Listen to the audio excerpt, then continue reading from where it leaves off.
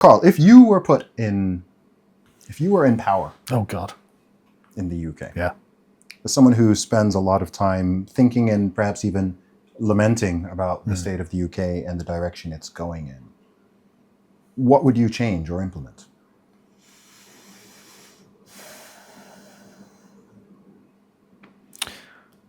We're quite far down a rabbit hole at this point, and there's a sort of easy response that people give that won't give easy results. And I think a lot of people feel quite desperate at this point, and so they're happy to go for the quote-unquote solution that would be just get rid of the foreigners, right? A lot of people just think that these days. A lot of English people, just regular English people. How common do you think that view is? I'd say probably about 60% of the population. 60%? Yeah, oh yeah. England's actually a really far-right country, but we're governed... No, it really is. It really is.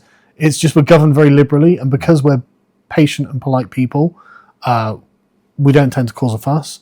But I think a lot of people are getting to the point where it's just like, God, why are there so many foreigners here? And how are foreigners being defined there? People who are not English, basically. Okay, ethnically English. Yeah, yeah. But more tribally English, right? Because there are people who are not white or genetically English who are definitely in the tribe, who are definitely have relations with people and stuff like that. So it's not necessarily ethnically English.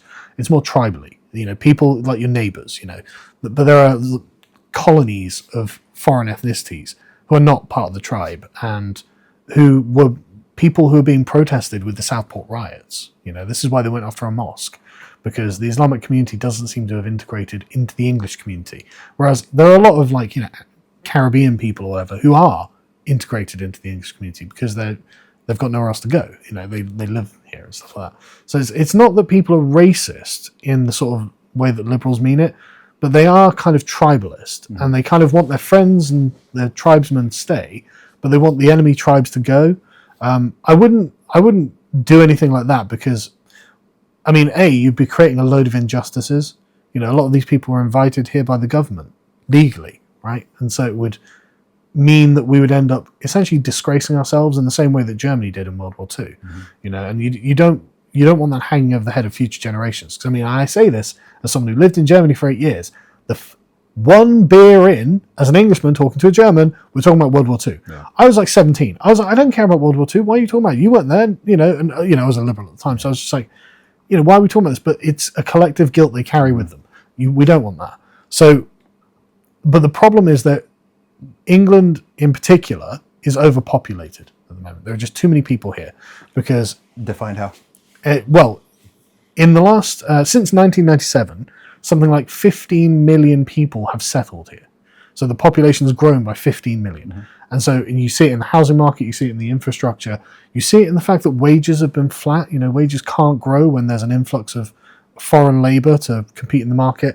There's been a huge amount of social displacement where people just feel like they're losing the country. This is Lee Anderson from Reform's entire thing. I want my country back.